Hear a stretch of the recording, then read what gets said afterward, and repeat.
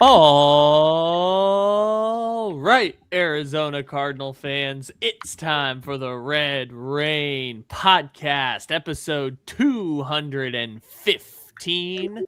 Please welcome in your host, the one, the only, Walter Mitchell. Thank you, Gardner Minshew doppelganger. Our little rock, who is the rock of this show, and then our resident expert, Swaro Sam, who looks primed and ready to pounce on these highlight plays. We we were kind of looking forward to getting back to the tape, and the express purpose of this show is to show actually how pretty well Jacoby Brissett played in both games versus the Rams, despite taking 23 quarterback hits and 9 sacks. We're going to outline the plays. We're going to talk about them and at times revel in them and the success that the Cardinals had on offense.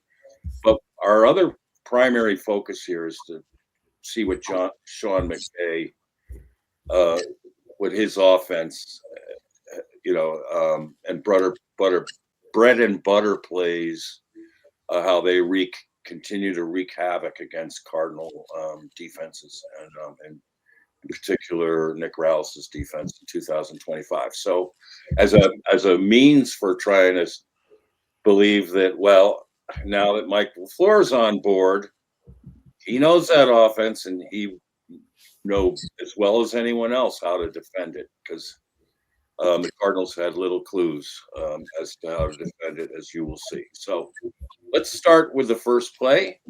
I just want to preface this by saying that in both games, they were makeshift lines. In this game, you have Paris Johnson at left tackle. You have John Gaines the second at left guard. You have Froholt at center. You have Isaiah Adams at right guard, and you have Kelvin Beachum at right tackle. So you have two of the first week starters remaining on the offensive line. And of course, we have McBride, and you have Wilson as wide receiver one. Unfortunately, Marv did not play in either Rams game, which was sad because maybe his best game as a pro was against the Rams. So we're without Marv, and Andre Biceglia, the legendary Andre Biceglia, was wide receiver 2, and Jalen Brooks was wide receiver 3. So, and then in the backfield, of course, we had no Connor or Benson. And so there's Bam Knight, who did a good job for us. All right, so on this first play, it's early in the game. Ball was kicked to the Cardinals. There's Brissett out of shotgun. Great quick pass to McBride. Look at McBride. I mean, this is one of the things I love about Brissett is he can get it out fast and well over the middle.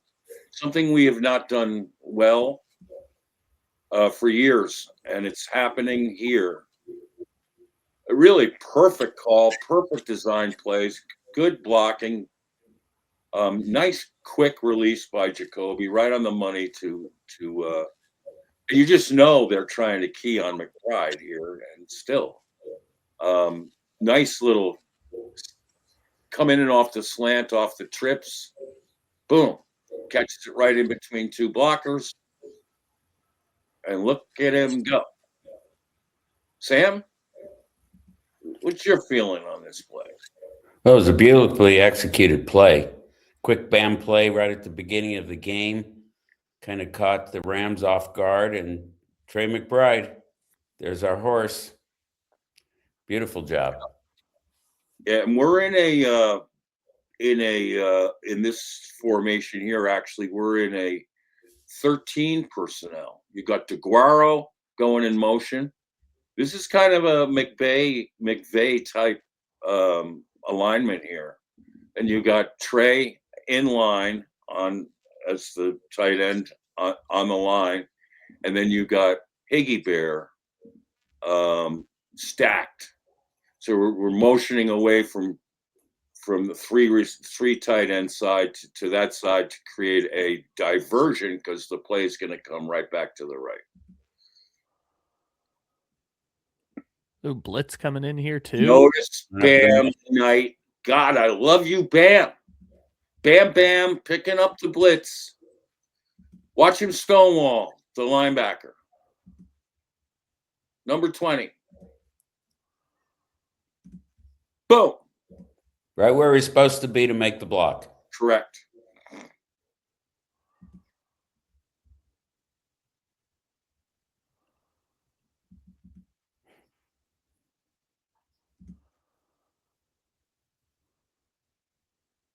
Look at that. Sweet. Yep. Right down the seam. This is the other thing about Jacoby Brissett that I really like is his ball placements. We're going to talk about this later, but his percentage of on-target throws were right up there with Stafford's. So this is another just great play out of the gate. And notice how this personnel, you now have McBride lined up in the backfield. So isn't that McBride right there? Roll it again. These could come through and around.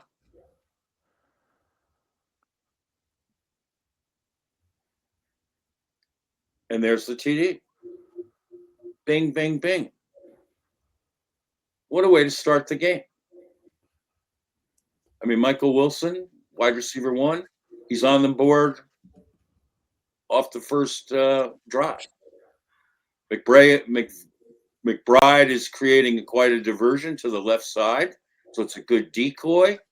You got a dig route coming across the middle by Higgy Bear. Then, McBride going a double dig with the plays going to the pylon. Perfect pass. Perfect drive. Yeah. Timing. Go ahead, Sam. Hey, beat the safety across. It was a perfectly timed throw. And Wilson made it happen by running to the right spot. Yep. Can't see the pressure on Jacoby right now, but he had decent pressure on him, and he just put that ball right where he needed to be to get the TD. Right. Beautifully executed play. Look at him drive that football. That's the other thing is he throws ropes. And, perfect timing on that play. Perfect read against the zone. Yep. It looked like one of those plays where they tried to man it to McBride's side and then zone it to the away side, and they got caught in a zone that, where the lower guy in the zone makes a poor decision. So now it's Rams' turn. All right, let's see what this formation is. It looks like 10 personnel where you have 1 tight end and 3 wide receivers. Yep. Mm-hmm. They come out in 10, but they're going to end up playing a lot of 12 and 13 personnel. Once Puka went down, they discovered something pretty special. At Mike LaFleur's behest, just like, hey, man, let's go 12 and 13. But on this play, they're in their kind of spread. He just finds a soft pocket in the zone. Correct. Exactly. And Buddha with the tackle there. These zone throws are just so easy. It's reminds me of Sam Darnold, where he's picked us apart. It's just really kind of low-end resistance by the Cardinals defense. All right, now, okay, good, Kyle. What do we see here? We got 12 personnel, 2 receivers, and then 2 tight ends to the right side. Stafford, typically when they go 12 and 13, is under center, which opens up a lot of things. And so now he's making a pre-snap call, and boom, there goes Corum. Wow. Who had a career day. This is the classic McVay bread and butter off tackle play that you have to stop if you're going to stop him of McVay offense. Otherwise, he'll run it down your throats all day long, like he does so often against us. Now, you get 1, 2, 3 hat on head with the offensive lineman, which now creates 4 blockers out in the open field. Look at that wall. Beautiful. Right? Yep. And Zaven Collins does not contain. He doesn't keep his outside shoulder free. And then the corners making a weak effort to tackle, comes a little late. Who is that? Will Johnson? The safety gets blocked. Johnson, if he comes earlier and the safety comes earlier, and of course it's Buddha who makes the tackle. All right, now let's see what we got here. We got 12 personnel. So you got 2 tight ends there. You got 2 wide receivers, so that it's heavy to the left side of the formation. And now what are they going to do? Boom. Off tackle again. Just outrageous tackling efforts by the Cardinals, which was the case second half of the season when they really stopped playing. Ojulari does a good job containing. Yeah. But the backers got to get there sooner, which we don't.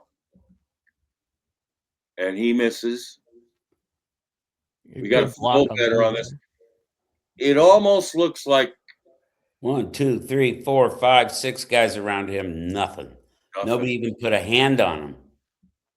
Nothing. And what this is setting the car. Can we rerun that play first? Let's just set it at the line of scrimmage again.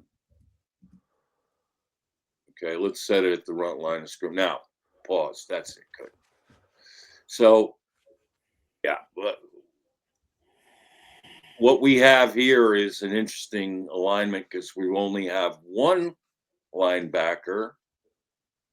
We've got a stack, here it's a Rallis disguised blitz and disguised coverage. And it's interesting they're doing it to the weak side. So Stafford sees that and he goes, I'm not doing the waggle. There's no reason to. We have a numbers game. This is the McVay offense. It's where you create the most numbers. Look at this. You got 1, 2, 3, 4 blockers to the Cardinals 1, 2, 3. Right? See how that is on the strong side to where they come? So they already have a numbers advantage. The Cardinals, for whatever reason, are like stacking the weak side, kind of like saying, all right, we're not going to let you bootleg on us here. So Stafford goes, good. We'll just run the off tackle play. Run it again. There you go. Man, the linebacker has a lane. Unfortunately, and Williams did a good job of bouncing it. And Simon almost gets there. I think the Cody Simon we're going to see this year gets there. And I think that Mike LaFleur is going to make sure of that. Let's see what they got. A twin stack receivers here. Looks like now they mix it up and go into the spread. So now you've been worrying about 12 personnel. Now you got the spread, and you got a decoy with the running back coming out here. Although it looks like hit him now, and it's going to be you got a numbers advantage over here to the left. Go ahead.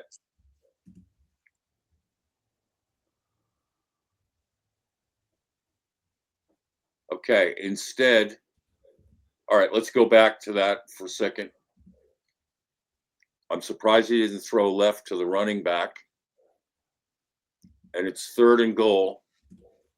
Yeah, running back's wide open. So Williams. credit the Cardinals for matching up here on Parkinson, the tight end. We got a defender there. I don't like the depth of the safeties there. It's too deep. But he's in a position to jump that route if he steps up, which I believe he will. Go ahead. Run it through. And he goes to the tight end, which was an underneath route anyway. So good play, Cardinals. Way to tighten up, and you're going to have to get the Rams off the field to kick a field goal. Kind of trying to watch Stafford's eyes here a little bit, because it seems like that was the first read all the way was there, which means the play was probably just to set up a 4th and goal closer to the end zone. That's actually really smart of you to say that. That's correct. Yeah, the whole concept of the play was to try and set up 4th and goal at like the 2-yard line. Let's see who gets in Stafford's face. Yeah, we had 4-man pressure there, and they really did a good job. Now we got a loop stunt in the middle there. Who is this? I think this is Browning. This is... Who's the guy in the face? Let's see.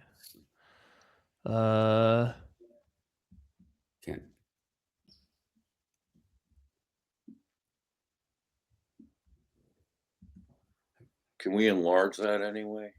Not really. Yeah, right. We can't. 56. Oh, Darius. There you go. Yeah, baby.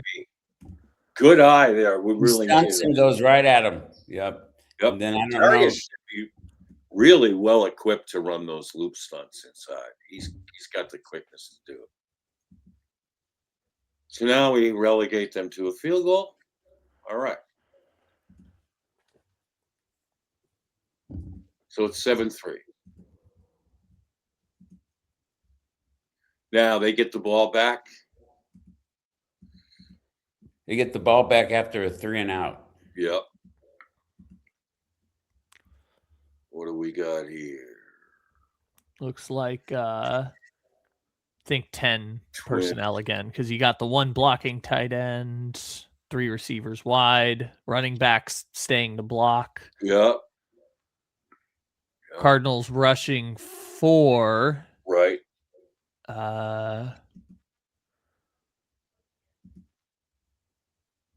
There's Parkinson wide open. Really wish this defender would come up and play man sooner. And they got a seam shot to Puka. With, I think that's Garrett Williams guarding Puka one-on-one. Look at their blocking wall up front.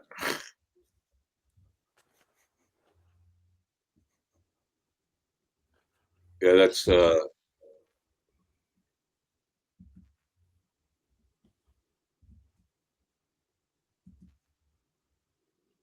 I think it was Is it Burke? Denzel Burke, yeah.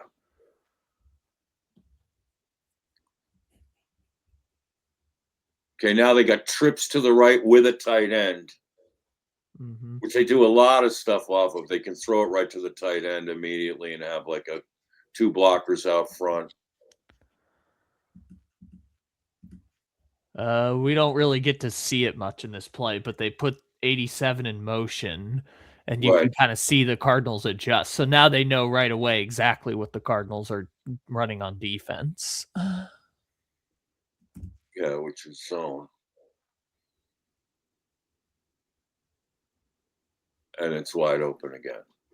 These zones are just killing the Cardinals. Can't play them. And it's just so easy pitches and catches. Yeah. Now look at this formation. All right, so we got, this is 13 personnel. You got 3 tight ends here, which puts you in an automatic.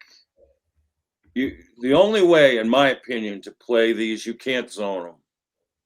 You have to have man-to-man matchups, because otherwise he's going to waggle out of this and have a wide open man every time.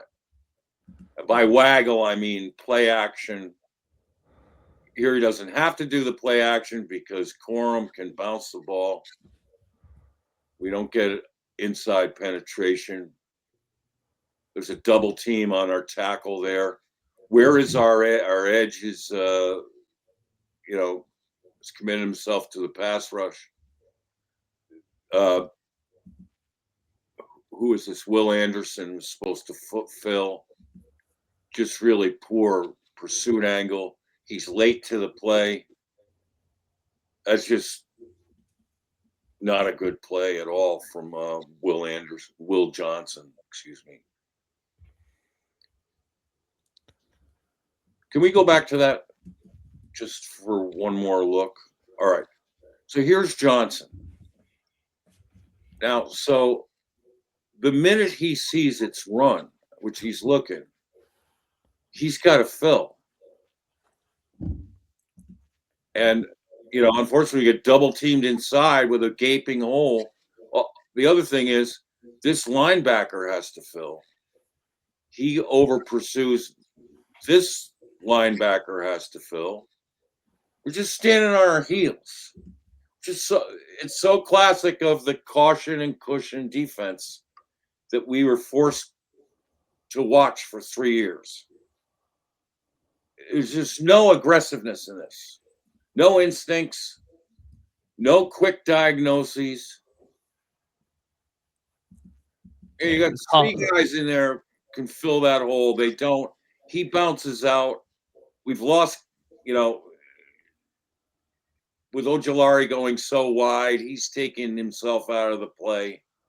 Now you got a big lane that he can bounce through. But here, you got to get squared up. You got to break down and get squared up.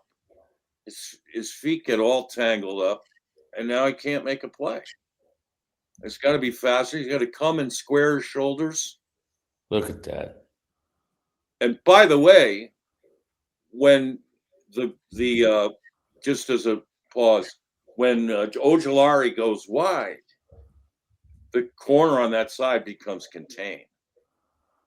So you already know you have to fill on that. Well, watch Johnson just completely whiff here. Oh my gosh! Look at this.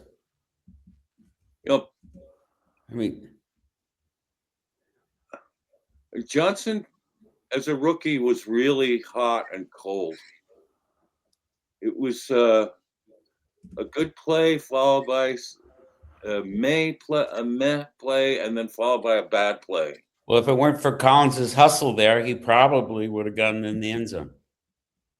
Yeah, definitely good call on that. Collins did hustle back, so we got that out of him.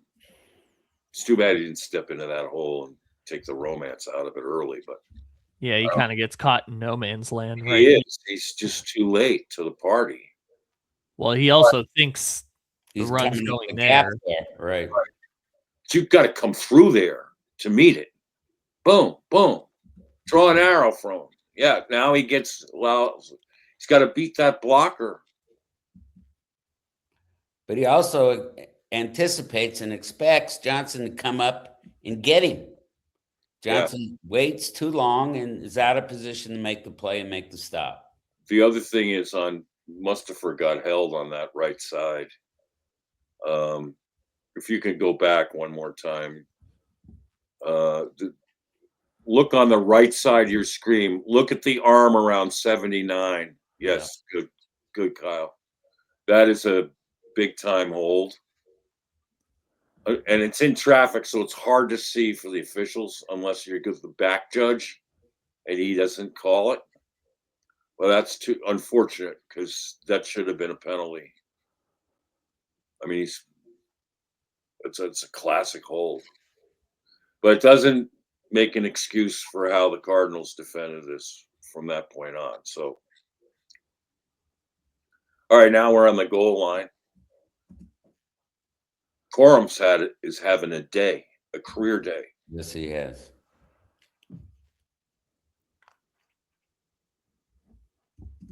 All right, classic formation with a fullback tight end.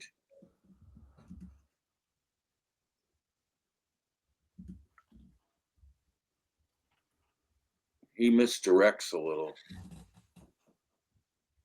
He's there to clean up any inside. And then a counter run. Wow. That's snazzy. Kelsey was heading to the right and then bounces left, and he's got a lead blocker in Allen, the tight end. Look at Jackson caving down the defensive line. Owen Papo makes an excellent effort to get to it.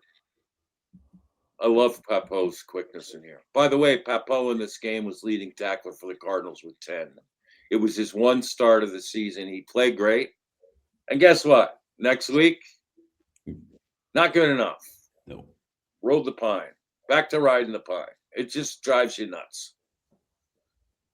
They put Akeem Davis-Gaither, who struggled all year, right back. Oh, he was horrible these 2 games. Absolutely horrible these 2 games against the Rams.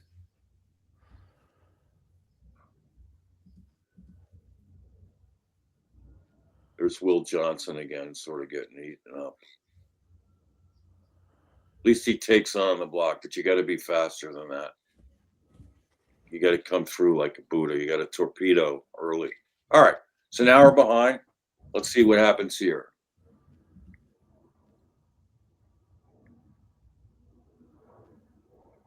Bingo. There's your wide receiver 1. Yep. And it's not like he's uncovered. He beats his man. He gets separation. In fact, it's a great release. This is one of the things about Wilson that makes him special. His release. Really tough to guard. And they were shading him to try to prevent him from going outside on that play. And so Wilson took perfect advantage. All right. Next up.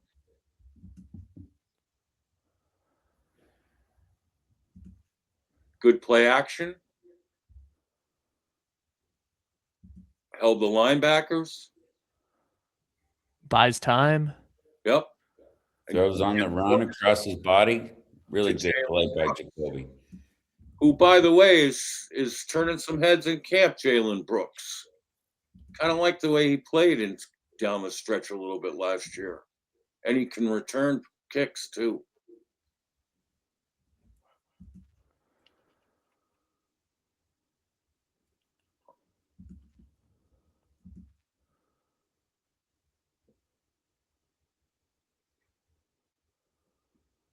Jacoby made that play with his legs and his arm. He did. Good vision downfield. Perfect strike. Didn't panic.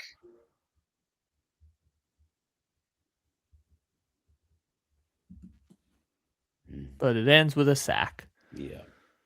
Yep. Which on 3rd and 10, the Rams can afford to drop some people back. But right. Well, they're coming after him. 4-man pressure knocked a lineman over there. Cardinals didn't leave a running back there to block. Running back just kind of goes out on a little safety net route and then blown up. And wouldn't have mattered. He'd have caught that ball at the line of scrimmage and been correct. Jacoby's looking to, they did a good job. Looking to pick up the first down there. Yeah. Good drive, though. Going to tie up the game. We get points on the board out of this. Chad had a good game. Beautiful. 10-10, baby. Now with 6 minutes left in the half and a 10-10 game, Rams are on the move. Can the Cardinals defense answer? They throw a blitz that's easily blocked. Simple out pass to Adams on cushion.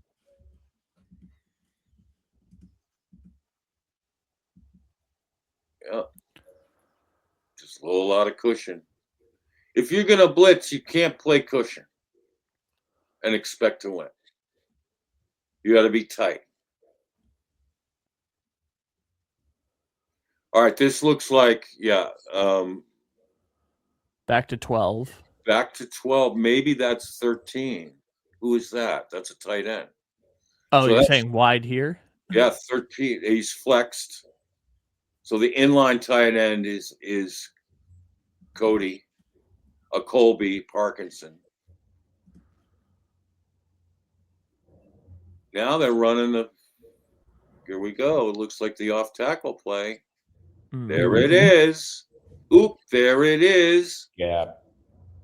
And you just on the edge. Don't, by now, it should be a play we Cardinals have an answer to. No answer. Look at this. Look at them just getting taken out. Good tackle by Popo, I mean, they could run that play at will, and on the variations off that one play, the one we haven't yet seen the waggle off of it. Wait till you see that when that happens. They set you up with it, and the minute you start defending it pretty well, they'll run the waggle the opposite direction for wide open passes. Set up situational play calling. That's what the good ones do. Yes. And setting up plays for other plays. Absolutely. Yep. Kyle Shanahan up the coast is the master of it. Now they go spread on us again. So they're challenging us with formations and seeing if we're prepared for it. With tight end in motion wide too. Correct. Which tells you exactly what the formation is. You see Will going to drop over. Right. They're daring us to play man-to-man. Will we? No. You can tell it right away by Zaven Collins just playing the flat. I mean, if you don't play man on Nakua, it's over. It's over. Yeah. I've never seen a defense so chicken shit to play man-to-man defense. I've never seen it. I've never seen a defense that from game to game, you never saw a matchup stick for a whole game or most of it. Like put your best cornerback cover corner on their best wide receiver. Never happened. Never, ever happened in 3 years. And in key situations in close games late, there's no one, and they're just playing zones. Well, and they keep drafting kids who don't play man-to-man in college. Yeah. And the kids that do play man-to-man, like Elijah, don't see the field. I know. And Max. Our boy Max. We love Max. Coaches don't. All right, here we go. Just power run up the gut for the score. Yep. Too easy. Look, hold, timeout. Good. Look at this. So you got, this is 13 personnel. You got 2 tight ends here. You got the tight end Parkinson there. And what a balanced looking formation that is. So they're going to test you. And in this case, where are the numbers the best for them? Right up the middle. Look at that. You got 1, 2, 3 versus, look at it where the linebacker on the left is shading. So, you've got basically 3 on 2 when you have the left guard, the center, boom. And they don't even run it straight up, which they could have done. They just do a cutback. And look at the cross block by Allen. That's so clever. Did you see that? Allen's going to come right to his right in case there's any penetration. They're going to knock this down on this side and then cut it back with Allen sealing off. Look at Allen, 87. Look at that. Oh, and our guy's getting blocked. Who is that? Oh, no. 52. That's Birch. Yeah, not good. No. He's got to squeeze that down, and unfortunately, he got thrown into the pile. Just kind of taken out. Yeah. Give Papo credit for trying to get there. Despite the deception, Papo almost made the play. All right, so now the Cardinals are down 7. There's 2 minutes left. Now, this is when one of my sticks in my craw all year, or all 3 years, is the Cardinals' inability to run a 2-minute drill. Let's see what happens here. Maybe this is a better effort. Oh, too bad.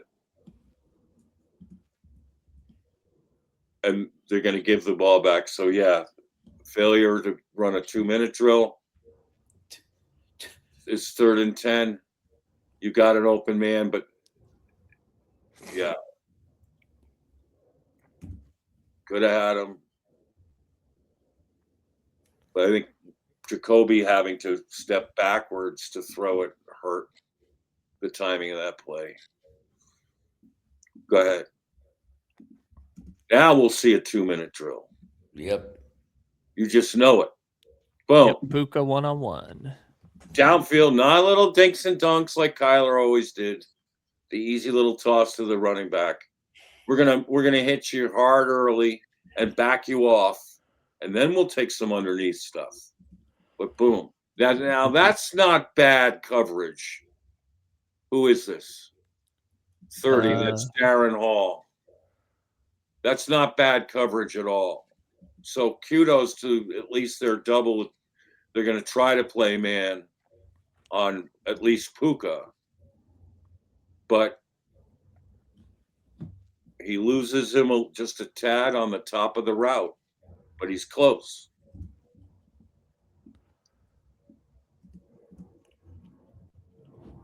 So now you probably counter with like a dig route, knowing he's backed him off. Little cross. Yep. Think they're going to double cross, but go to the outside. Deep out the other side. Okay. Too much cushion by Burke on that side to Adams. It's a giveaway. It's a giveaway. It's just so easy. And they did this all year.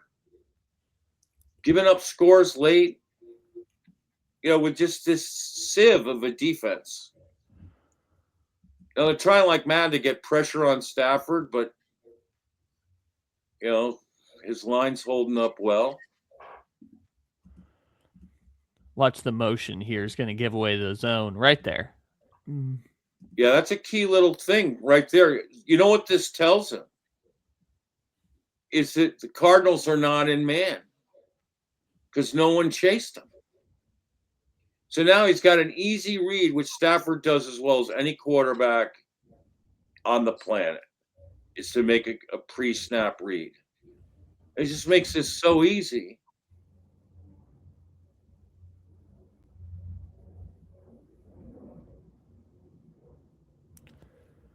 It's just a simple thing, too, because you got, is it Parkinson? Anyways, you got I think that's Parkinson. Yeah, good call. He just goes out wide, which he was already going to be in that formation anyways. Right. So you just start him there. Notice how, he creates a distraction because you're going to run the seam route with Puka. Mm-hmm. The clock's not running either, so you just start him there, go back. And staying right on the hash. Watch this. So you're going to flex him out. Now Puka's going to run the skinny post right up the seam. Boom. So rather than stick with Hall and somebody playing him underneath like they tried on the last play, they check out of it into a soft zone. Which I know you were critical of this too during the season, but a soft zone where Josh Sweat is dropping out to be your coverage right there. Here it is, classic. Our best pass rusher. And this is one of the reasons why Josh Sweat wants to leave Arizona. He was pissed all year. He was used 49 times in pass drops coverage. Imagine how many more sacks he could have had. Especially when you have all of these like hybrid linebacker types, right, that you can put in. Like they had so many different guys they could drop back linebackers. Let's watch Buddha on this play. So there's Buddha. He should be sitting in the route because Puka's coming. No other man's coming his way. Mm-hmm. To disguise blitz. There's no other man in the picture for him. So you see Puka now, you cover him now. Instead, look at where Buddha is. And the rule of thumb in the zone is you always go to the deepest part if there's no man in your area. I mean, I'm sorry, Buddha Baker, but that is awful. Unless you're coached not to do it, which makes me wonder, because it happens so often. And they're also putting him in a disadvantage by bringing him up at the beginning. Right. He's starting right there to show blitz. Right. Or over here to show blitz. Drops out before the play's even started. So now he's neither blitzing nor back in coverage because he's dropped out before it's even started. Plays no man's land. Everything you're taught not to do, except maybe in this zone you're taught to do it. Will Johnson's late again? He had no one else deep on his side. Even worse than Buddha, watch Will Johnson's effort to keep this kid out of the end zone. Right. Look at this. Look at this. And where's the set? Where's the safety? Right. Look. This is your top draft pick. All right, there's 12 seconds left in the half. Cardinals are trying to get at least in a field goal range. Good pass to Wilson. 7 seconds left. I think that's all we got. I think they tried one more pass and then it ran out. All right. So what happened there right before the half? There was, 3 minutes left before the half, and what did the Rams do? They scored twice. Right. How does that happen? Well, we just saw it. Their 2-minute drill is mint. Our 2-minute drill is awful. No, their 2-minute drill is mint. Our 2-minute drill is shit. Right. That's what I thought Walter was going to say. I was waiting for that. I wanted to make sure we got that in there. I wanted to pass the baton over to Sam for that. Drop that one on. Okay. He's heating up. This is really good. This is what we wanted. We wanted to get his little sweat on his forehead today. We might get it's coming. Now watch this is 13 personnel. What you're gonna see now is the variations. There's the wagon. Notice 87. Is there anyone even remotely close to him? This is what they're going to do to you. This is why you have to play them man-to-man when they're in 13 personnel. Otherwise, you're just going to look at who's our band. It's just unbelievable. Yeah, I think so. Sweat is kind of a show block here. Yep. Just kind of chip block, get outside. I've never seen a Rallis Gannon defense defend this play, ever. And you can do it at the goal line ad nauseum. And he gets a 12-yard rack.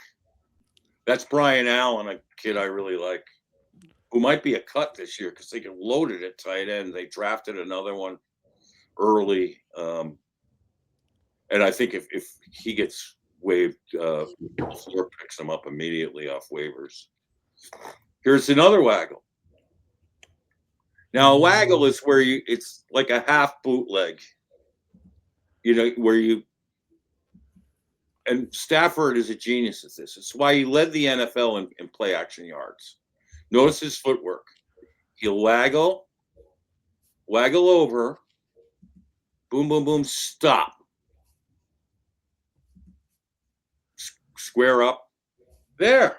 And they're like, all right, you're not going to fan it to the left side. We're going to run it to the right side. Here we go. Now you can just hand it off up the gut.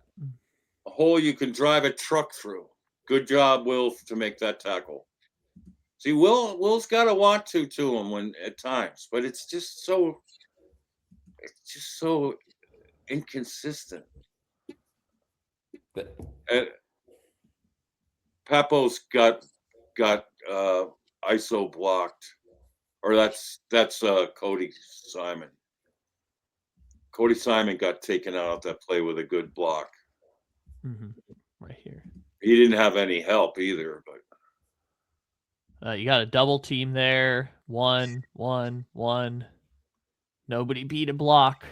All right, here's what Cody Simon will know for this year, is he's too late reading.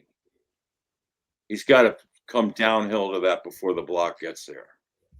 He'll know that. And in fact, he started playing like that. In the last Rams game, he had like close to 10 tackles and played real much better. He got better as the reps went. And he's got it in him. He's a dog.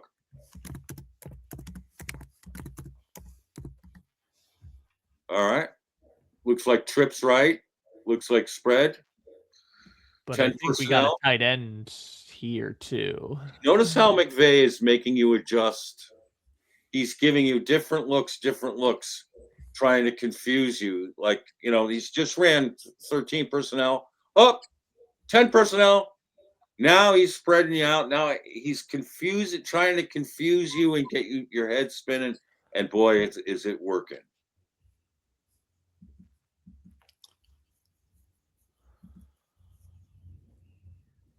Go to the tight end. And Buddha was with him.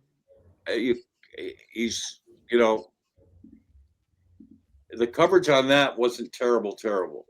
But it just, you'd like to see Buddha playing out to try to deflect the ball or do something because he's that close. And unfortunately, and Parkinson, he's a player. Now, I'd like to see Cody Simon jam Parkinson a little better there rather than let him get right past him. But Buddha he passed him over to Buddha. Now Buddha's got to cut that route. And he's right there. Yeah, he did try to play it out, excuse me. And man, it's a perfect pass against good coverage. You got to tip your hat to both, Stafford and Parkinson. Of course, Parkinson's got what? He's 6'6", and what's Buddha? 5'10". I mean, so you got a mismatch. And this is the thing about McVay. He's mismatch city. That's what he's all about: gaining numbers, advantage on the running game, and then mismatch advantages in coverage.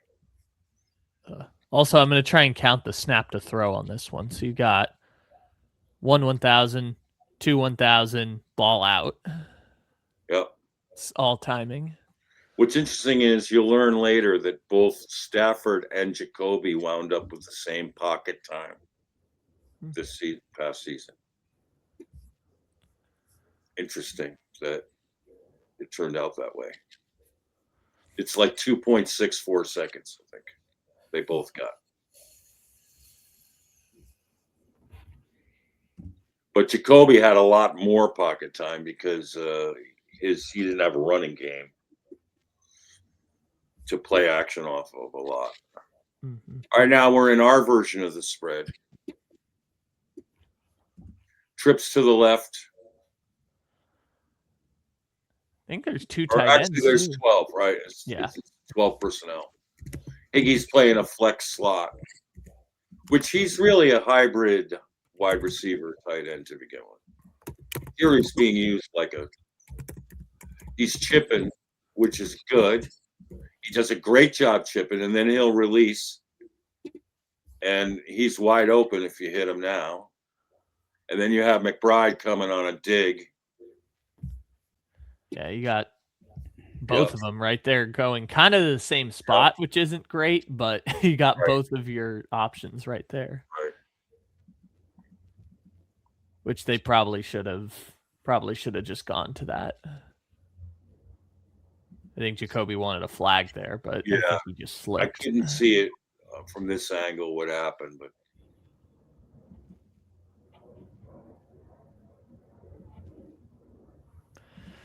yeah, probably should have just hit your checkdowns because both your checkdowns got free. It's a classic, State Farm slippage on a wet field. Mm-hmm. Wet area of the field. I guess you had one guy there, but you had two check down options. They weren't going to get to either of them. Yeah. They tried to go big on this, and they had options under.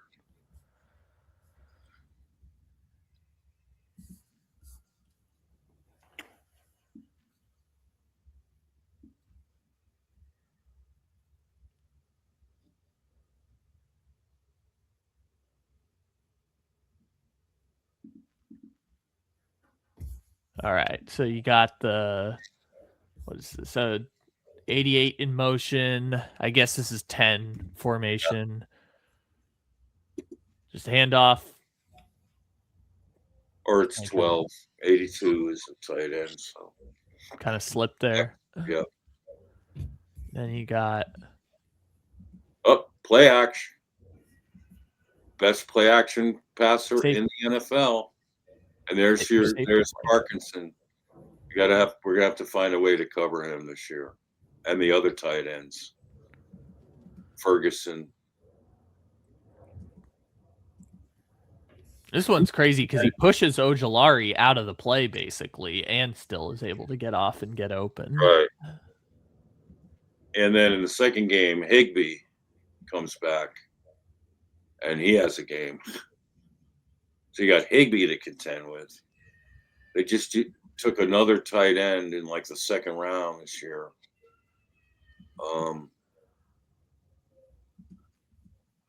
Uncharacteristic drop. Just got it out too quick. Puka didn't really get into his route. He's still not playing him sticky. Now, our guys are not going to quit. You just know it. Things weren't going well, but,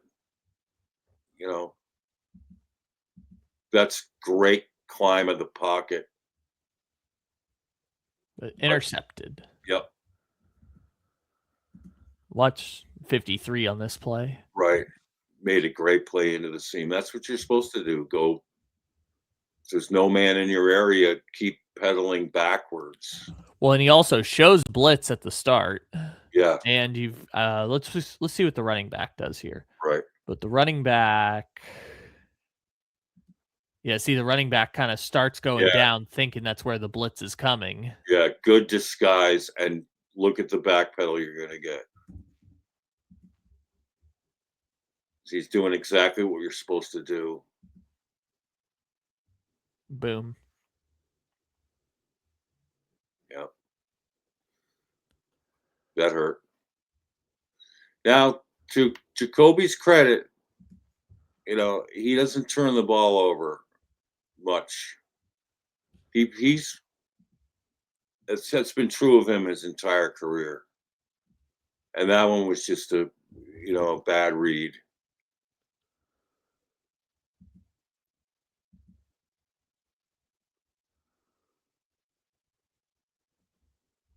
Again, another effort from Will Johnson that you have to question. I mean, he just looks like he's running 3/4 speed at the most. Gets beat on a speed with Johnson. Recovery speed with Johnson was a question mark coming into the draft, and right there he didn't do much to refute it, especially with the lack of effort. Yeah, it's horrible. Recovery speed, you got to really bust it. He completely disengaged in everywhere on that play. Yeah, seemed it. Yep. He looked like he was on his cell phone when the play started. He was a little distracted there. What was that? I mean, and yet some Cardinal fans still think he's a shutdown corner. Not yet. I mean, hopefully, right. But you see plays like this, and you're just like, that's not shutdown. It's just not. Go ahead. Blitz. Escape. But no one open. Yep.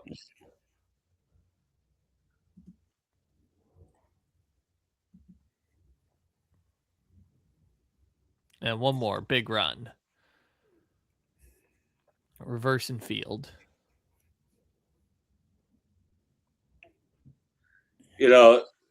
As much as Stafford is, if you don't stop this McVay running game, you don't have a chance, because then the play action's so much easier. You have to stop the running game first. Have a plan for it that works. And this is look at the number. Talk about numbers. Look at this. I mean, what are the Cardinals lining up? A wide edges, and I'd scoot this guy over, this guy into the A gap. What are they doing? You got 7 on 5, basically, on this play. I mean, talk about numbers advantage.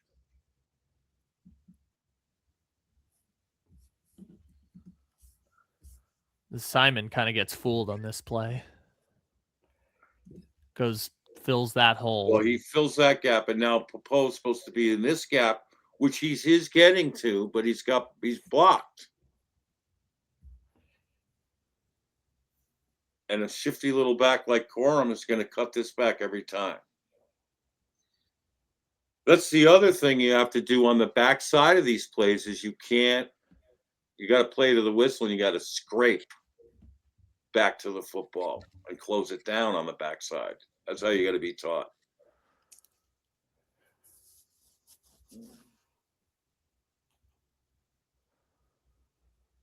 All right. Good little out route with a rack effort. Now they've got 12 personnel, but both wide. Rams are trying to cover aggressively here. They're not in a soft zone. 1, 2, They're 3. playing man. A 6-man blitz. Got Brooks wide open over the middle. And he's got McBride wide open on an out route. Rams are trying to play sticky man, but the Cardinals now he hits Brooks on that. Great read, great rack by Brooks.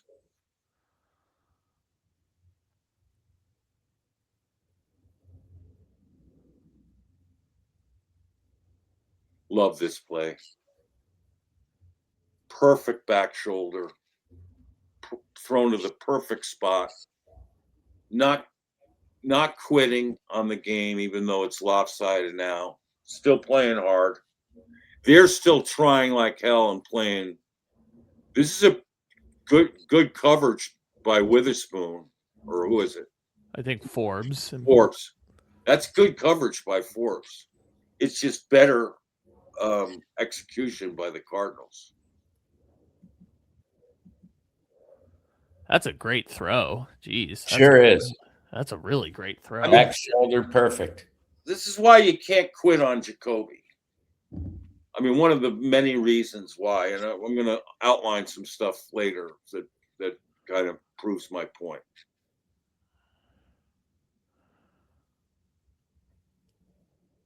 All right, we got him off the field. Yeah, Wilson. There you go. Now they have another guy on him, number 4. But give them credit. See, this is where I argue against guys who are like, they just did everything in garbage time. It's not like the Rams aren't trying to play sticky coverage. They don't want this. Is why they're really clamping down and trying to pester the Cardinals, trying to get to Jacoby which they did 11 times in this game for hits and 6 times for sacks. And no running game at all. Right. In fact, guess who the leading rusher in this game was for the Jacoby? Yeah, 22 yards. Good little flare pass. Imagine Jeremiah Love taking that this year. Carter always played well. You know? Mm-hmm. He always brought a style and an effort. Pocket collapsing, steps through. Is he going to get it off? Oh, he is going to get it off. But he didn't. Oh, almost. Yeah. Good effort. Good job to avoid the sack, though. Yep. Instead of going wide, came through the middle. I think this was kind of his window to throw. I think if this wasn't 4th down, he probably would have thrown it right there, but he has to get it to the yard marker.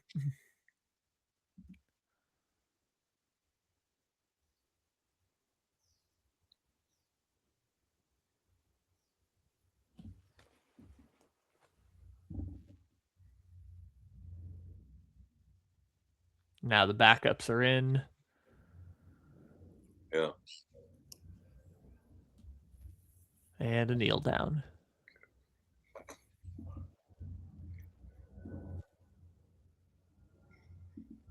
Let's go to the stat graphic of this game. We may have to do this in 2 parts to do it right. We come back with the Week 18 highlights or top plays next week and double down on some of the stuff here. But there's things that we can talk about. We've seen a lot here. This is what encourages me about having Mike LaFleur is that Mike LaFleur can look at this and he can do 2 things. One is, here's how we're going to play offense against that defense. And we're gonna try to do what McVay did to our defense. We're gonna try to confuse you with formations, with motions, with 12 and 13 personnels, with bootlegs and waggles. We're gonna have the whole package, the classic off tackle play packages. So the stats ended up. This was a tough game for Jacoby and the Cardinals, and I just liked the way he hung in there and made some great plays. This was under constant duress too. But look at the rushing. That just goes to show you, how behind the 8 ball the Cardinals are in games like this when they can't rush the football.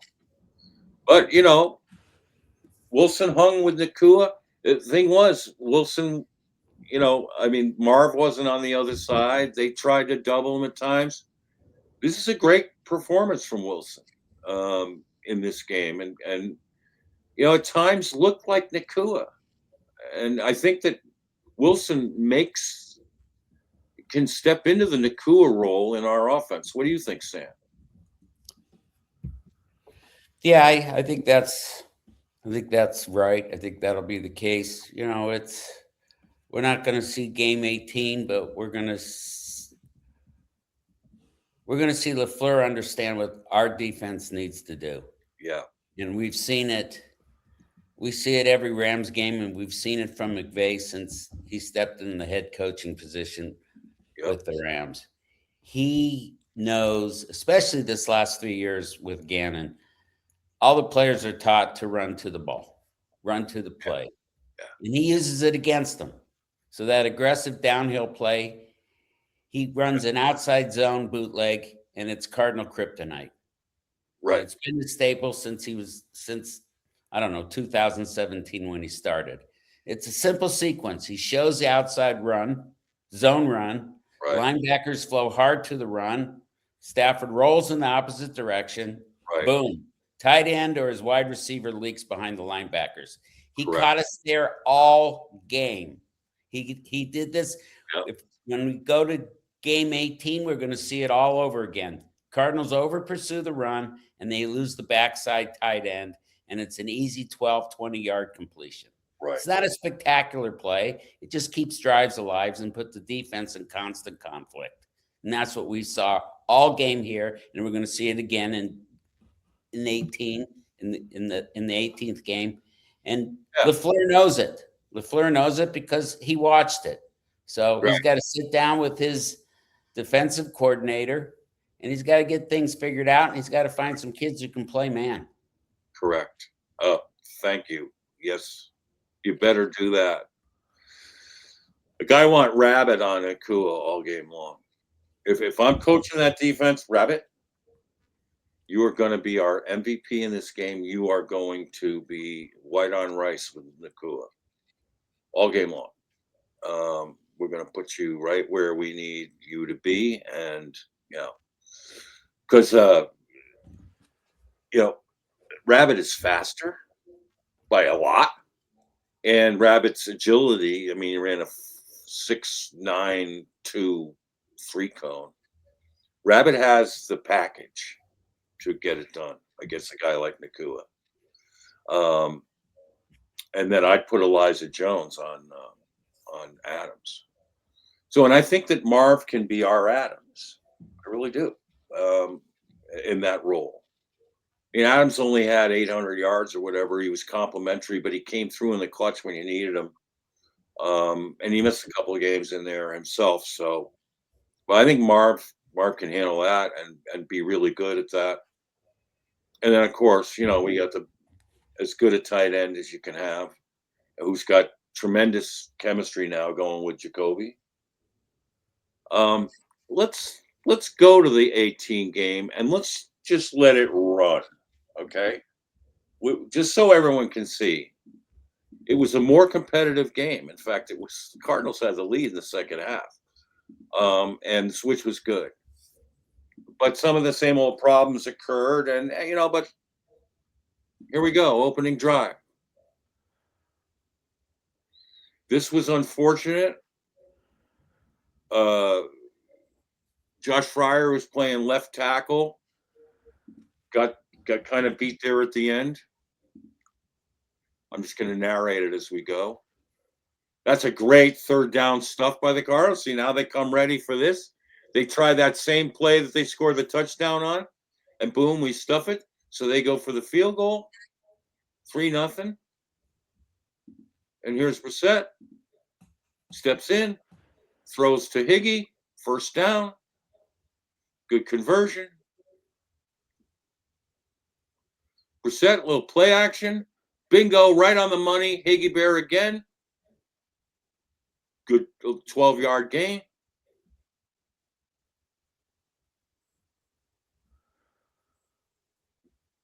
Good slip pass to on an out route to Wilson on a delayed out. We're moving the ball. Ooh, good block on that one. Yeah, that was a great block. Wilson posting his man up.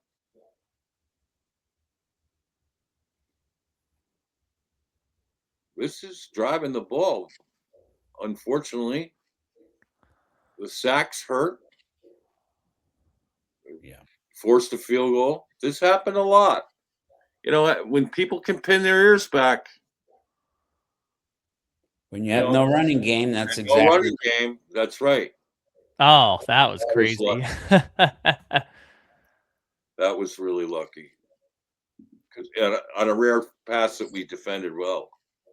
But we did a little better in this game. Now there's that cutback run. Oh, and still the pathetic tackling. Just an over pursuit. He gives them a little wrinkle. They're 2 seconds late, and he's off to the races. Yep, little play action there. That's always usually a zone shot. There it is to Higbee, who's going to have a game here. Crossing routes behind the linebackers. They killed us both games. What we really didn't adjust to from game 1 to game 2 was the tight ends that they're now playing regularly. Popo with a great tackle right there. I'll tell you, I like this kid, Papo. I think he could be really good for us. He's great in coverage, too. All right, held in the field goal, 6-3. Defense is playing better to start with. It's a jumbo formation here. Jesus. Yep. Got a little circle motion by Wilson. Great design play of a deception play. Look at him drive the ball to McBride. I love the way he throws the football. Is 78 Jones? Who's playing left tackle in this game? That's Fryer. Oh, okay. Yeah.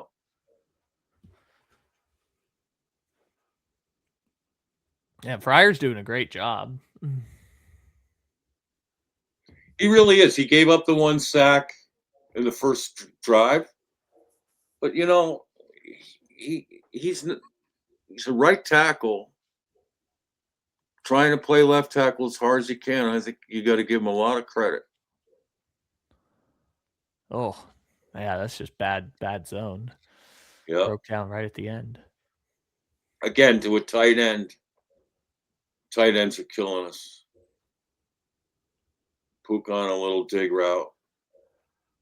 Not much there, but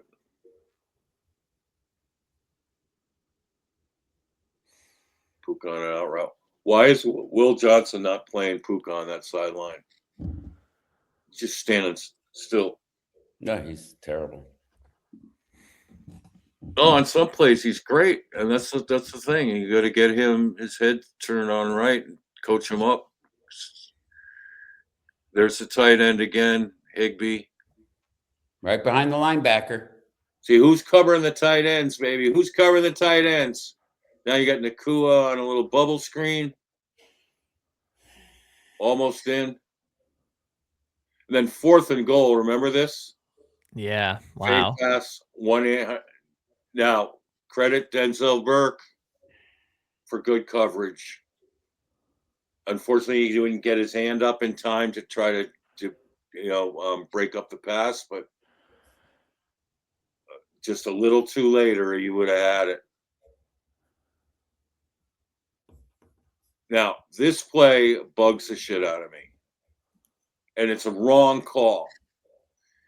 Wilson gets this is a 40-yard completion, which you should add to Brissett's totals and add to Wilson's. He would end up with 1,049 yards on the season. Because here's the rule. Let's go back there and pause it on the catch.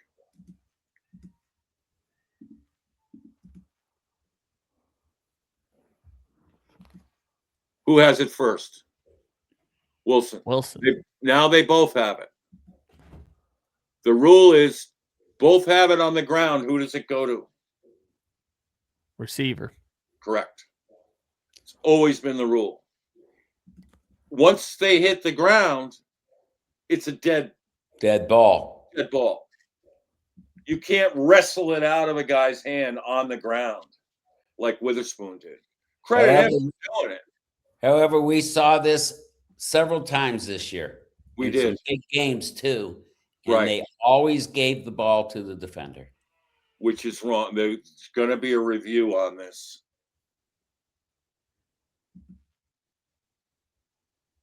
Wilson got robbed on that. But anyway, keep it going.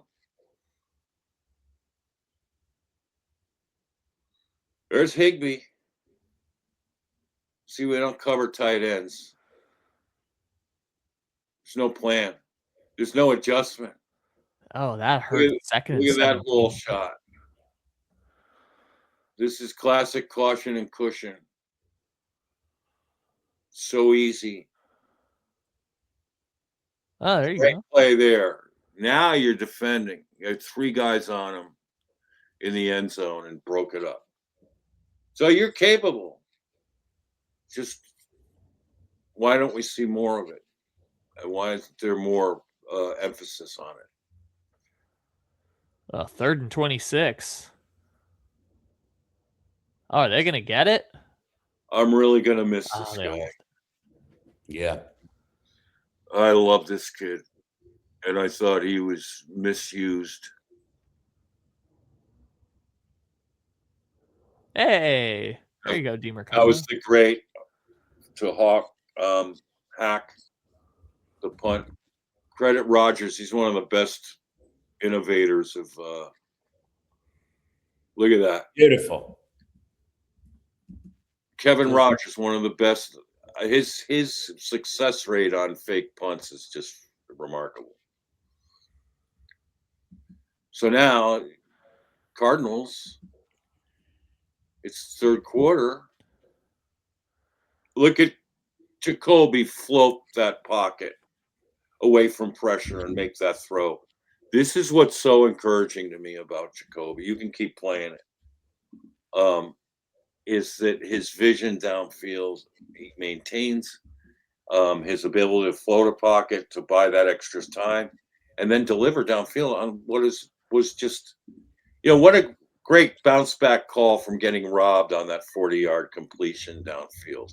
So now you hit the home run and remove all doubt.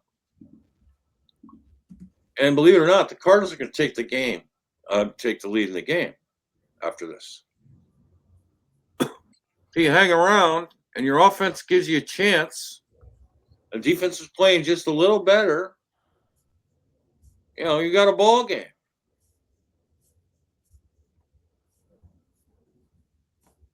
Look at that. You force a 3 and out. Look at this Carter move. Whoop, whoop. Oh, about 5 tackles broken there. Look who's playing hard. The guys who aren't on the team anymore. Right. Look at him float that to Higgy Bear. Oh, yeah. Sad to say.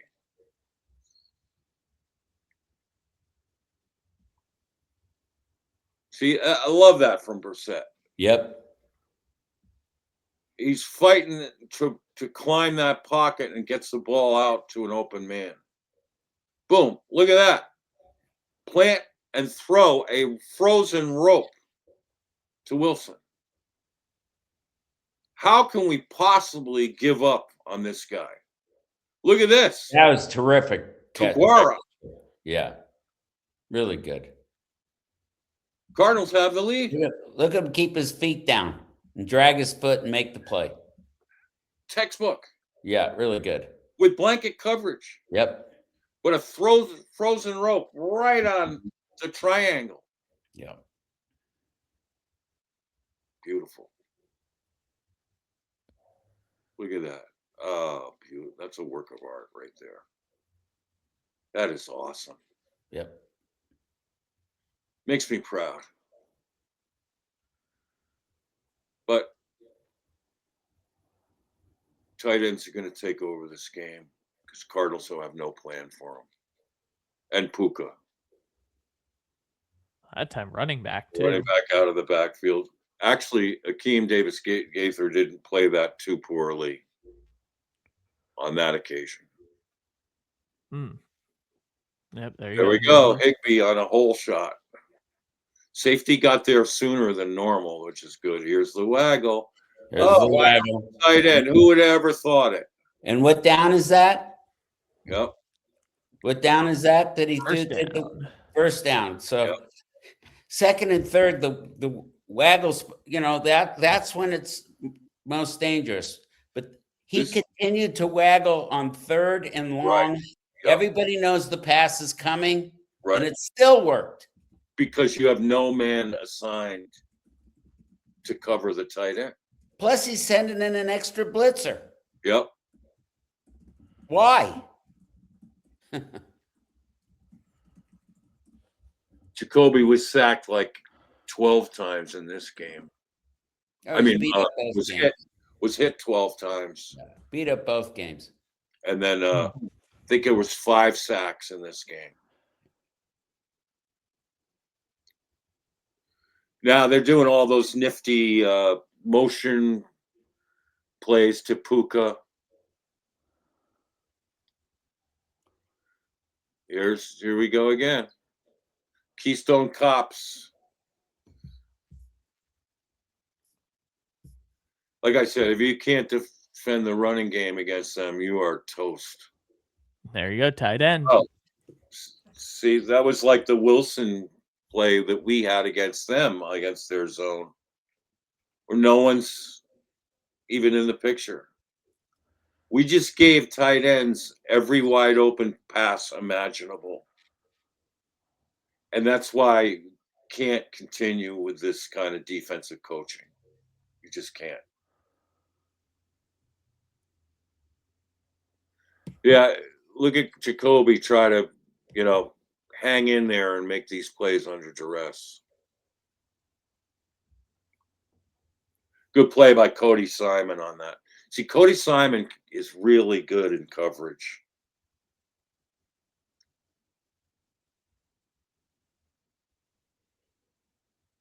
McVay loves deep cover routes, crossing routes, and dig routes behind the linebackers.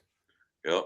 And that just, when the Cards play strictly zone coverage, they have a field day against them. Yeah, and because the Cardinals defended some of their inside runs, now he's running the jet sweep to Puka with great success. Yeah. He's talk about adjustments. He's got every adjustment in the book. But McVay knows what those adjustments are. And so does Stafford. Oh, Stafford's great. Yep. Stafford knows where he's going before the snap. Yeah, and this is what, see, wide open. Show that again, Kyle. Another tight end wide open. No one's covering him. Yeah, they're selling out for the run. And then that's right. Yeah. And every run look can become a pass, and every pass can become a run. That's McVay. 40 TD passes for Stafford in this game. 3 to tight ends. Wow. And they're doubling down on 12 and 13 personnel. They love it. He's killing them with that. Right.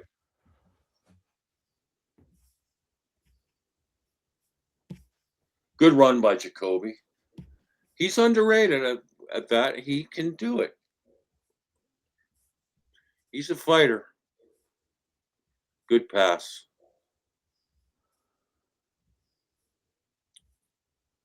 Good run here. That's Kiner. Kiner ran hard. We got Monty's good picking up running backs. Sack to end the game.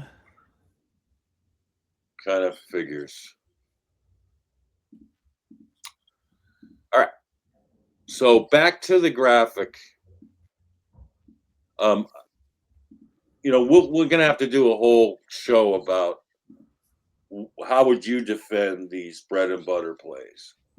I, for years, have been studying them, and the thing that gets me is the variations are tricky, because especially the blocking variations can change of who's going to come kick out the edge. Sometimes you just play it straight up. And then the formations out of 13 and 12 personnel make it more challenging. But one conclusion that I've come to is when you go 12 and 13, you have to play man-to-man or they'll crush you. And then you have to know how to take on their blocks and fill and then scrape down to take the cutback. Those are things that aren't that hard to do if you've got physical players and who have the want to. So and then if you have linebackers who can get downhill of the football, which I believe inside Simon we do, and I think that Mac Wilson has a dog in him for that, and I think that Owen Papo is so fast.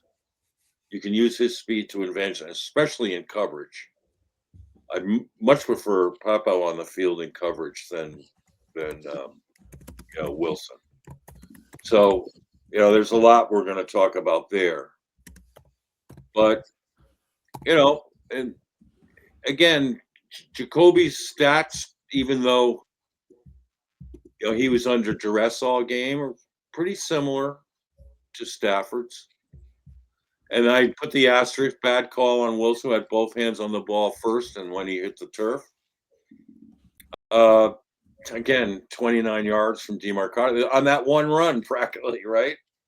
I mean, no running game. Higbee leading guy. Let's scroll down this. Wilson had another really good game. In 2 games against the Rams, 240 something yards and 3 TDs. Without Marv, without the, and look at the offensive line. Totally makeshift. Now, Gaines, unfortunately, in the first game, he had an 80.2 grade. It was his best game of the year. I don't know what happened here. Maybe he was playing hurt.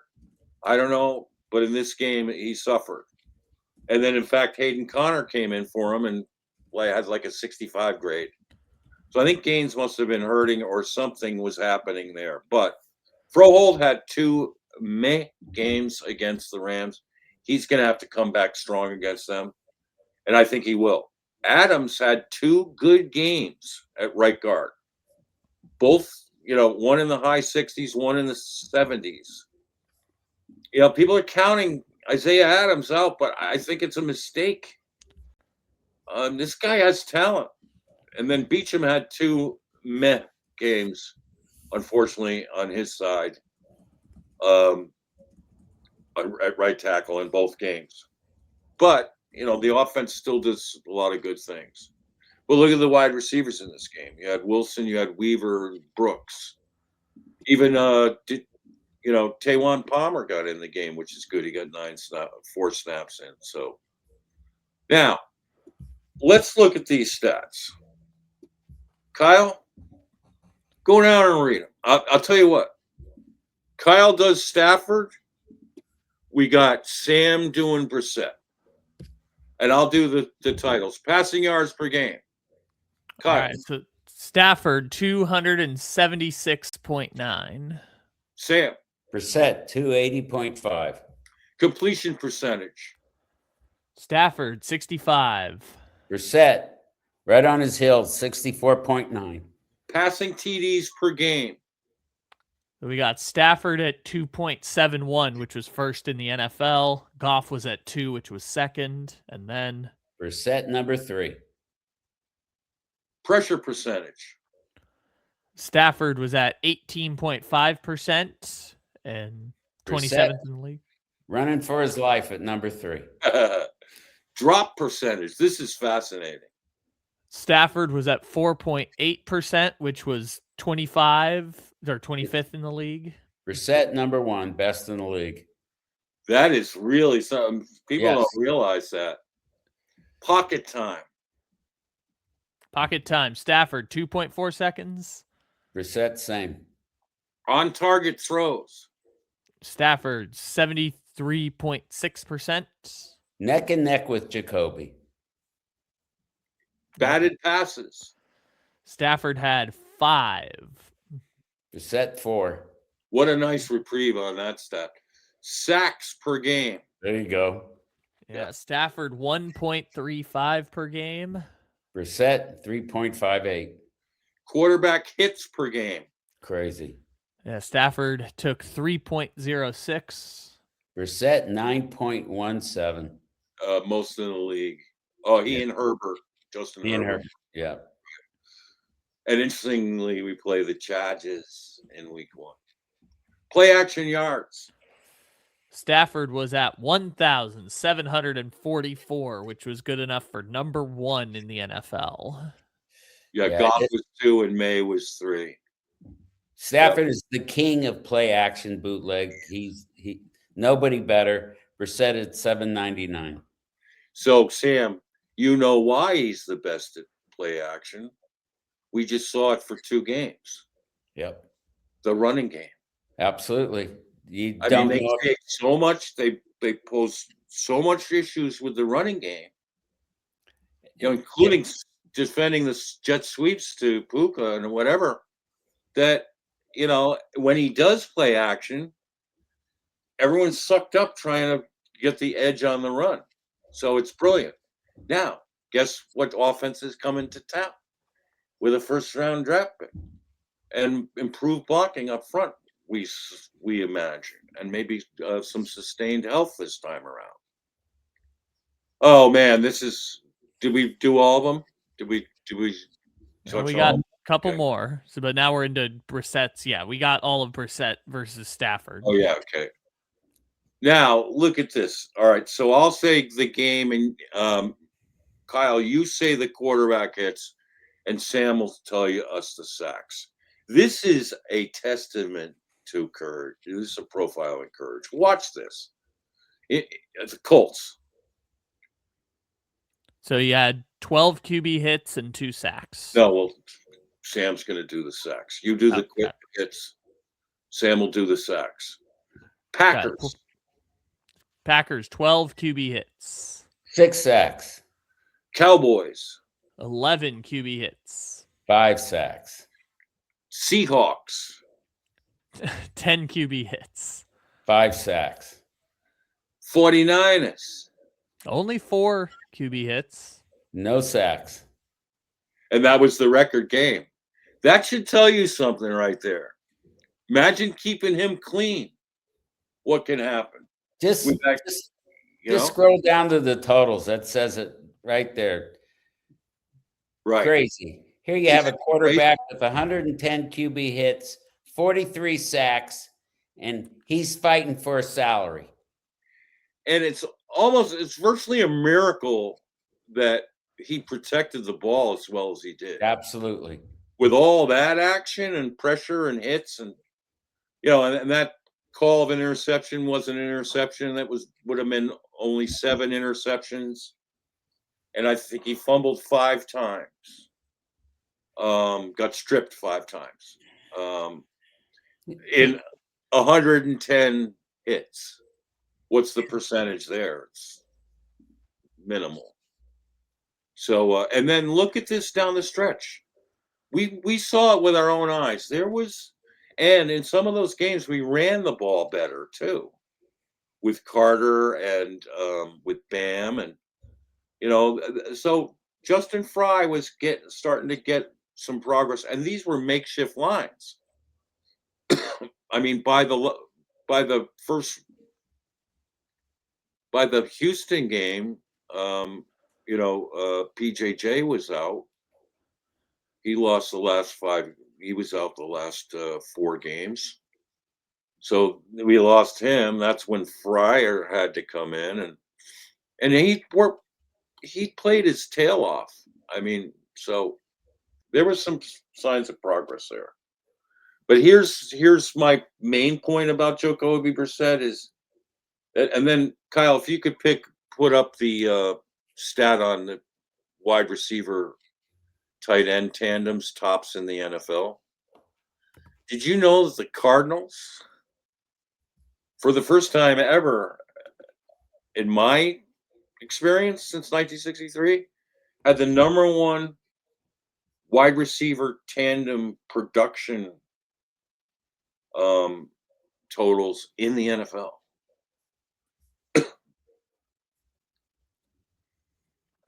It was Wilson and McBride at 2,224 and 18 TDs, closely followed by Nakua and Parkinson. And then you had Olave and Johnson. Johnson had like 900 yards. Collins and Schultz. You had London and Pitts in Atlanta. You had Pearson Warren, and for the Colts, you had Diggs and Henry with the Patriots. That's something to celebrate. Damn right. Damn right. Better than the Rams. And who was the quarterback who got this done? That's right. If anyone had said to you after 5 weeks of that season that this would happen, you would have been laughed off of X or Red Rain or whatever you are. You would have been laughed out of it. And then so now,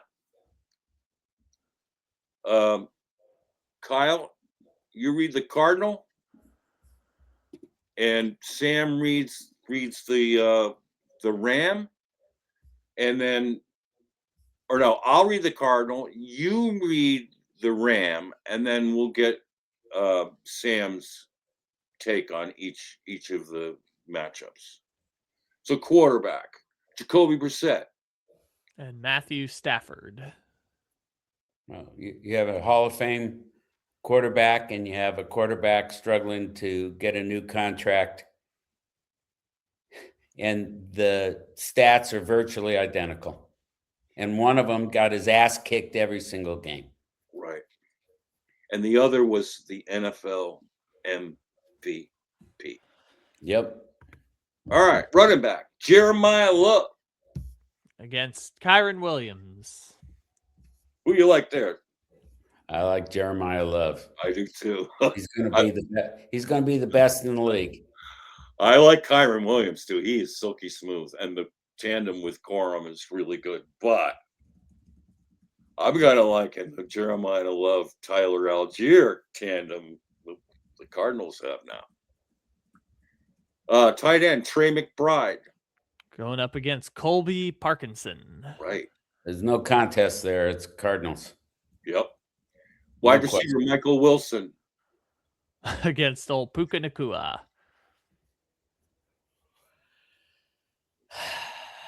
Yeah. Tell you what, that's a toss-up in my book. And who knows what's going on with Puka? Well, he's a mess. That's why the Rams hedged their bets and drafted a kid high. I think they're going to have some big problems with Nacua. Well, it could be, and I hope for his sake he gets it together. But it's the same thing. But these are similar players. They're not all world burners per se, but they're twitchy. They got the back shoulder down. They've got the seam shot down. They've got crossers down. They at once, this time last year, people would have laughed. But now it's close. I mean, it's close. Wide receiver Marvin Harrison Jr. going up against old Devontae Adams. Right. There's another possible Hall of Famer, but I like MHJ's trajectory. Yeah. Adams is on his way down. And real quickly on Nacua, we're going to see how that organization, one of the best organizations in sports, deals with this kid. Right. He's got two things going for him. He's got a strong organization, but he also has a coach who isn't going to waste any time on a miscreant. Right. So it'll be interesting to see how this kid gets fixed or doesn't get fixed. But I know this, if he were in the Cardinals organization, I would not have as much confidence that he's going to get fixed. Okay. And that's really well said. And the other thing is with the Rams is if they do sanction him or take him out for a while or whatever, they'll make a trade. For sure. To get somebody really good to, fill that void. You just know it. So they have a GM who knows how to counter if you lose one guy, you add another, right? Left tackle, Paris Johnson Jr. going up against Ulrich Jackson. Yeah. Again, Johnson clearly better. And unfortunately, Johnson is also not at OTAs. Oh, he's not? Nope. How come? No reason given. Oh, he's holding out for a contract after 3 years? I hope not. I hope not either. You can't pay him top tackle money yet. He hasn't earned it. No, you can't do that. You can't do a Kyler on him. You just can't. And I'd say the same thing about Wilson. He can't do it off of one great year. Correct. But here's the thing with Wilson. If he keeps it cooking up until the trading deadline, then you get a deal done. That's right. And then he's earned it, and then and everything's cool. And you've got a house of cards and dominoes. If Jacoby Brissett is not on this team, what is that going to do to Michael Wilson's contract? Correct. And to the team, because this chemistry is so special. You got the number one tandem in the league with Wilson and McBride, which basically didn't start cooking until week 6. That's right. I mean, imagine what they can do in a McVay's system with a better running game and a year older and better and stronger with the potential of 17 games. So, all right. Left guard, Isaac Seumalo. Yeah, he's going up against Steve Avila. In my mind, that's a toss-up. Yeah. Although Avila's coming off not a great year for him. So, but if he bounces back, I like how you handle that. Center, Jalte Froholt. And the Rams have Coleman Shelton. Oh, maybe I give Shelton a nod, just a nod, but I sure like Fro.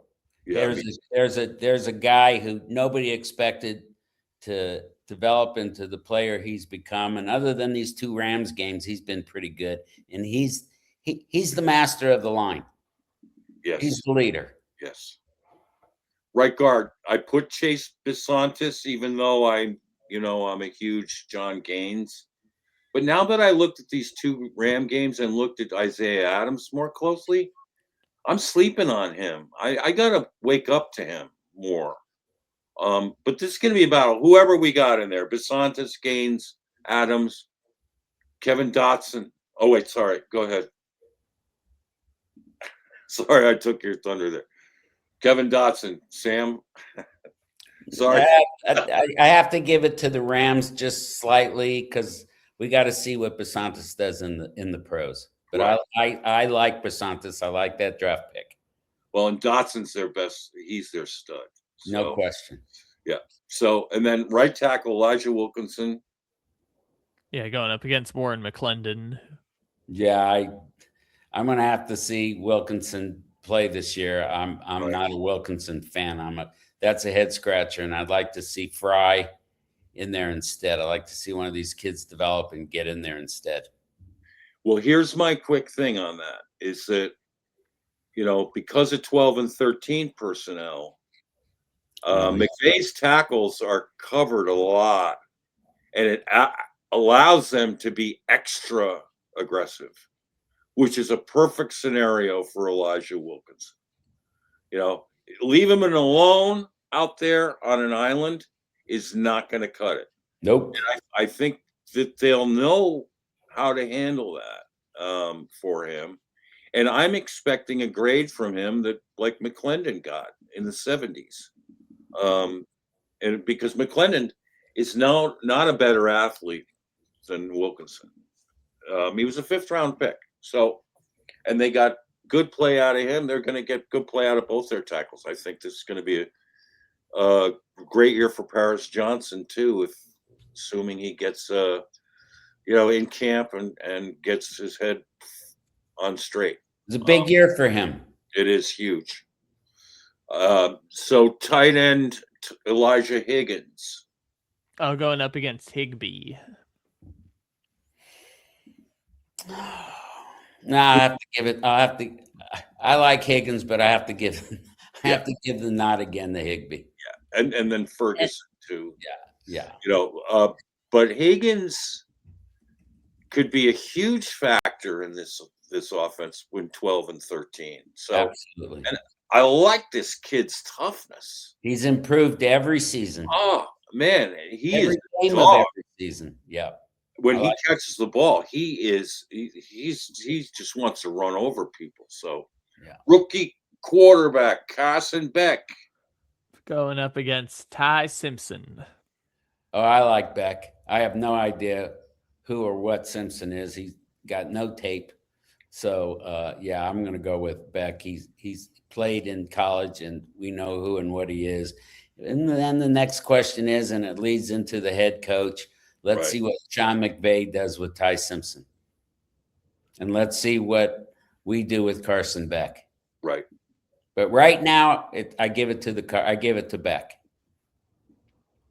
Yeah, and here's the fascinating thing is that, at Stafford's age, can he endure a 20-game season again or 21 game? I don't know. And then what happens? Running that sophisticated offense that's why I think McVay is begging Jimmy G to not retire, so that it doesn't have to come down to playing the rookie. But yeah, I mean, or Stetson Bennett, who I think is still hanging around over there somewhere. I think he is. Yeah. Yeah. And I'm not sure they have that much confidence. I'm not sure he's going to make the roster, and maybe he'll, make it through waivers. So, all right. So Little Rock, the head coaches, the protege, Mike LaFleur, and the master, Sean McVay. Your thoughts? I mean, I personally, and I've said this for I think probably a few years now, that Sean McVay is the best coach in the NFL. Yep. He is number one. What they do with the innovative play calling, what they've been able to do in just winning different ways, right? I've seen Sean McVay win with Todd Gurley as the bell cow and running that zone offense all the time. And then they went to more of a heavy passing attack when they used to have Cooper Kupp.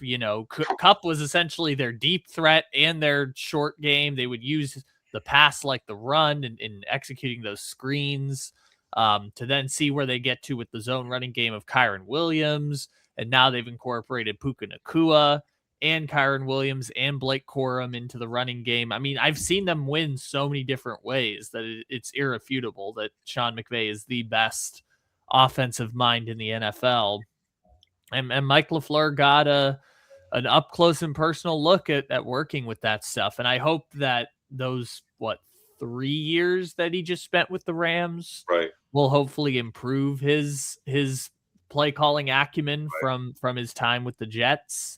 Granted, they didn't have a great quarterback with the Jets, but I know it's one of those things where it's like, did Mike LaFleur ruin Zach Wilson, or did Zach Wilson ruin Mike LaFleur? It's one of those you never really know exactly who shields most of the blame in that situation. But I hope that lessons were learned over those 3 years. I mean, asking LaFleur to be even half of what Sean McVay is asking for a lot. But the hope, I think, is that he's just better than what he exhibited when he was the play caller for the Jets. I think that's what you can hope for going into this year.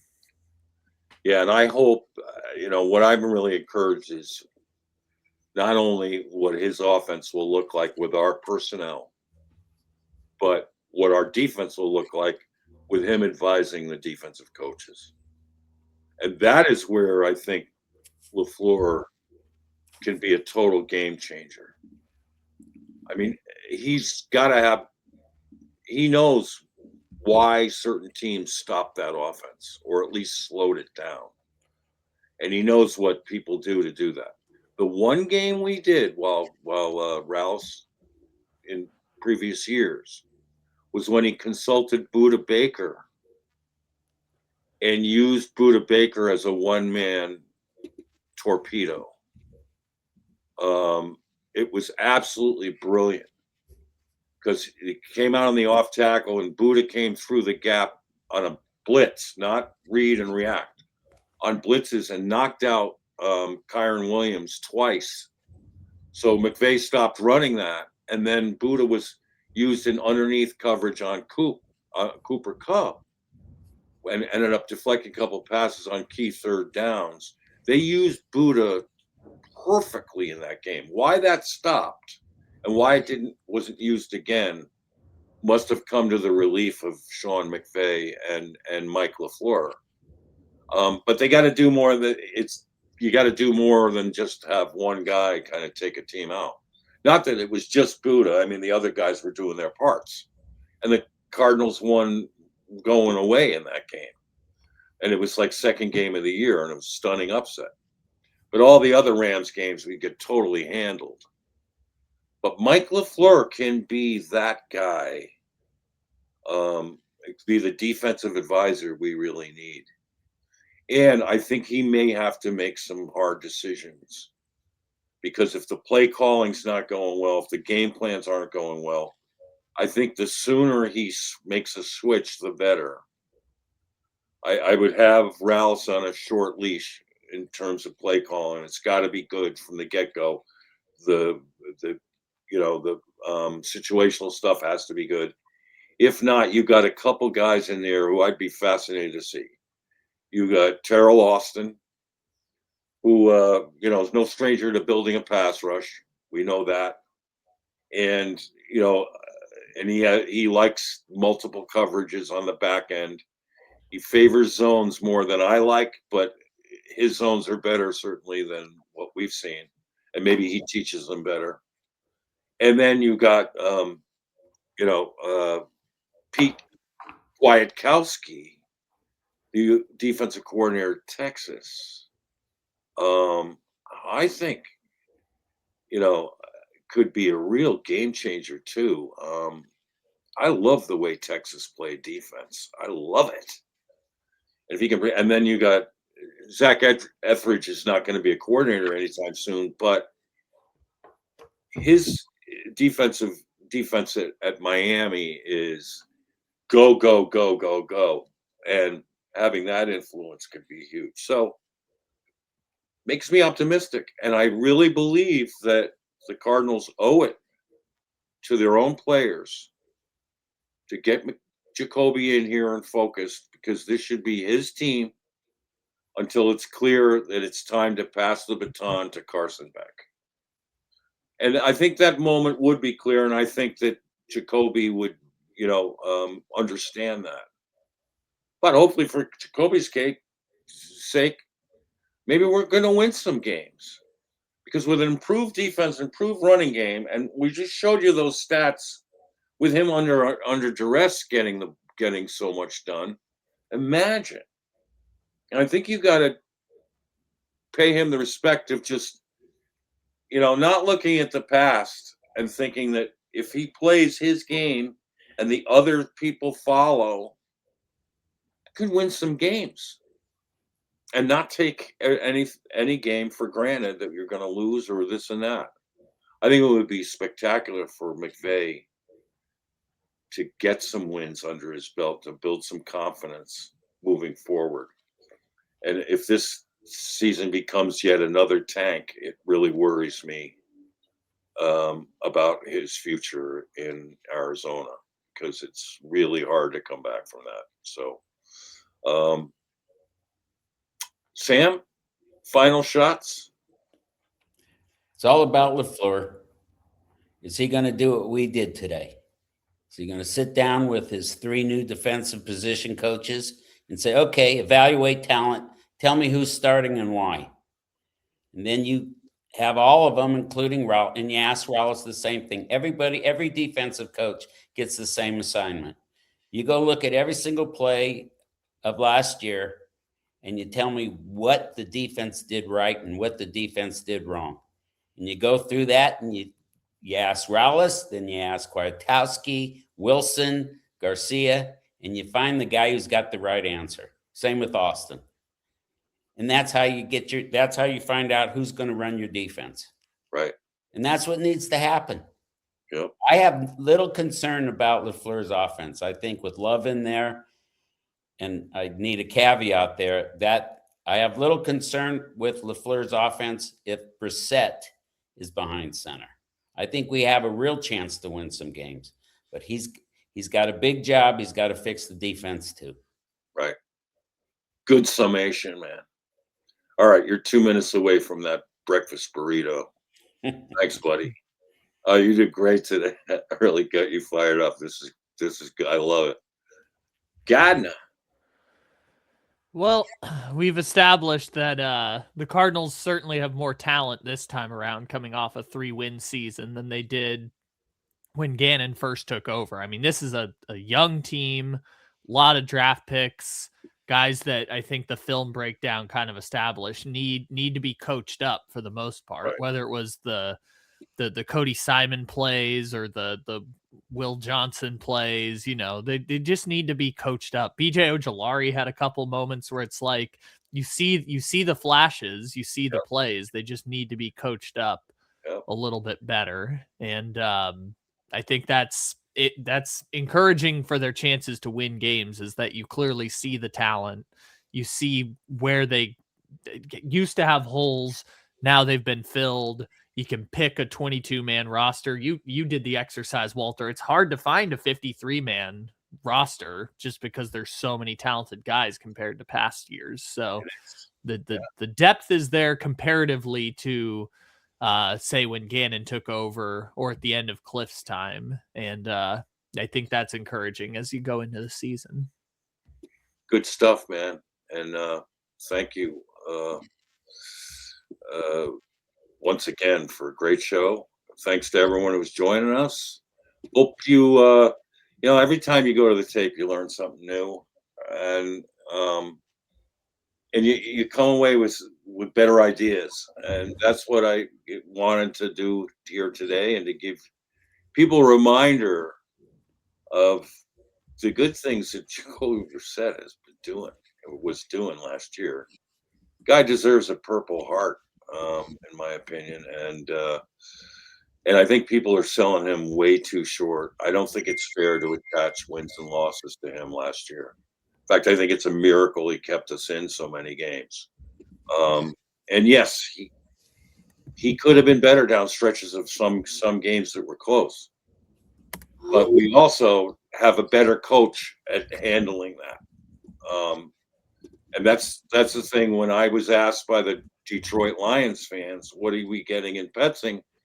I said, you between the 20s, guy is great, but gets a little conservative in the red zone, and in 2-minute drills, that's his Achilles heel. But I said, you got Jared Goff, who already knows how to do a 2-minute drill. You just pass that off, do what you've always done. He's like having an extra coach. And Jacoby probably has his own ideas, and maybe he can get those in this year. Although he's got McVay, who, like we saw on the tape, you give them the ball with 2 minutes left, you're going to get, you got your hands full. And if that changes for the Cardinals and they can win some close games, then I think it's going to be really interesting. But they need, if the losing keeps perpetuating itself, it's going to become an all-time stigma, and it's hard to climb out of. We need these kids need hope this year, and they need something to play for, more than just pride. And they got to find a way to generate that themselves. And they got to, on defense, they got to get the love of the game back.